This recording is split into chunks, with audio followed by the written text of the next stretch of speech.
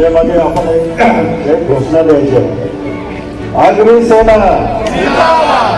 अरे काय कुठे तुम्ही आवाज येत नाही बरोबर, विरारपर्यंत आवाज केला पाहिजे.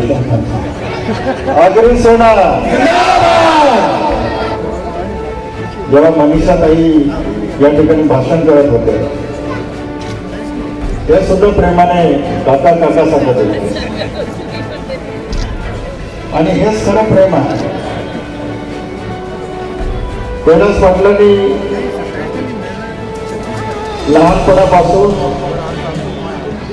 एक आगरी समाजा व्यतिरिक्त आगरी समाजच नव्हे तर या पंचक्रोशीतील या भागातला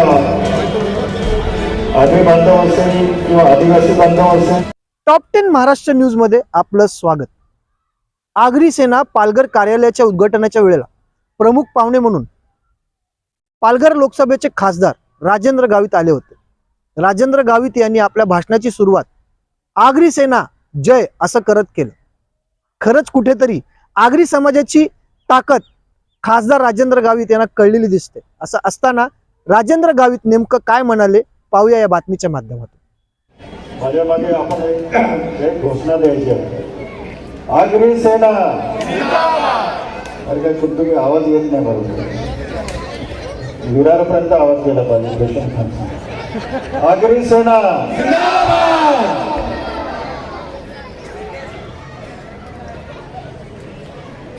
आगरी सेना मध्यवर्ती कार्यालयाच्या या उद्घाटन प्रसंगी आपले ज्येष्ठ नेते आगरी सेनेचे संस्थापक आदरणीय राजाराम साळवी साहेब,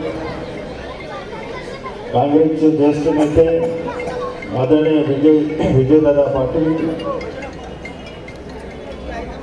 त्याचप्रमाणे या ठिकाणी मंचावर उपस्थित सगळ्यांची नावं घेता येणार नाही, परंतु उपस्थित सर्व सन्माननीय व्यासपीठ आणि ज्यांच्यामुळे आज हा उद्घाटन प्रसंगी या ठिकाणी आपण हजारोच्या संख्येने उपस्थित आहात असे कैलास काका दादाने म्हणाल, पण आता कैलास काका पाटील त्यांच्या अर्धांगिनी मनीषाताई पाटील, त्यांचे पुत्र, सर्व आगरी सेनेचे सर्व जिल्हाध्यक्ष, सर्व पदाधिकारी आणि समोर बसलेले सर्व प्रतिष्ठित नागरिक, या पंचक्रोशीतील उपस्थित सर्व बंधुवान भगिनींनो आणि कैलास पाटीलवरती नेहमी एक लेखणीच्या माध्यमातून या ठिकाणी प्रसिद्धी देणारे सगळे पत्रकार या ठिकाणी आहे. मयुरेश वाघ असतील, आमचे रोकडे सर असतील आणि सगळी मंडळी उपस्थित पत्रकार बंधू. खरं म्हणजे कैलास काका पाटील जेव्हा मनीषा ताई या ठिकाणी भाषण करत होते ते सुद्धा प्रेमाने काका काका सांगत होते आणि हेच खरं प्रेम आहे. कैलास पाटलांनी लहानपणापासून एक आगरी समाजा व्यतिरिक्त आगरी समाजच नव्हे तर या पंचक्रोशीतील या भागातला आगरी बांधव असेल किंवा आदिवासी बांधव असेल, मच्छीमार बांधव असेल किंवा कुणबी समाज असेल किंवा मारवाड समाज असेल किंवा या भागातला भूमिपुत्र कुठल्याही समाजातील असेल त्यांना किंवा अन्य उत्तर भारतीयांना असेल, या सगळ्यांना या ठिकाणी जेव्हा जेव्हा ते अडचणीत असतील तेव्हा तेव्हा त्यांनी मदत करण्याचा त्या ठिकाणी प्रयत्न केलेला आहे. मागे 2 महिन्यापूर्वी राज्याचे मुख्यमंत्री आम्ही एकनाथ शिंदे साहेबांना भेटलो. आगरी सेनेचे काही प्रतिनिधी त्या ठिकाणी माझ्याबरोबर होते. कैलास पाटील स्वतः हजर होते आणि अत्यंत पोटतिडकीने या आगरी बांधवांच्या समस्याच्या बाबतीमध्ये किंवा वसई विरार भागातील या समस्याच्या बाबतीमध्ये एकनाथ शिंदे साहेबांनी जवळजवळ अर्धा तास त्या ठिकाणी आम्हाला वेळ दिला वर्षा बंगल्यावरती आणि अनेक प्रश्नांच्या बाबतीमध्ये त्या ठिकाणी एक चर्चा केली गेली, ओहापोह केला गेला आणि साहेबांनी त्या ठिकाणी आश्वासन दिलं आणि प्रत्येक विषयाच्या बाबतीमध्ये एक OSD त्या ठिकाणी साहेबांनी त्या ठिकाणी नेमलेला आहे आणि आगरी समाजाच्या ज्या महत्त्वाच्या समस्या आहेत त्या समस्यांना त्यांनी न्याय द्यायचा प्रामाणिकपणे त्यांनी त्या ठिकाणी प्रयत्न केलेला.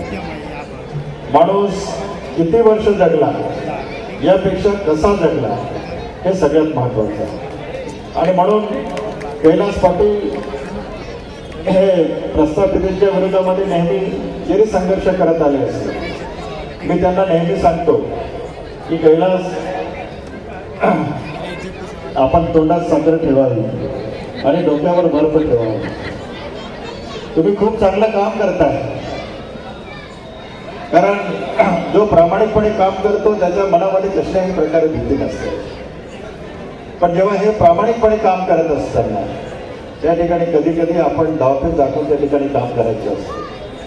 मी सुद्धा राजकीय क्षेत्रामध्ये मला सुद्धा अनेक कार्यकर्ते, अनेक लोक त्या ठिकाणी बऱ्याचदा टीका करतात, पण मी त्याला कधीच उत्तर देत नाही. समोरचा व्यक्ती त्या ठिकाणी बोलत असतो, त्याला बोलू देतो, तो शांत झाला की मी त्याला उलटा घेतो.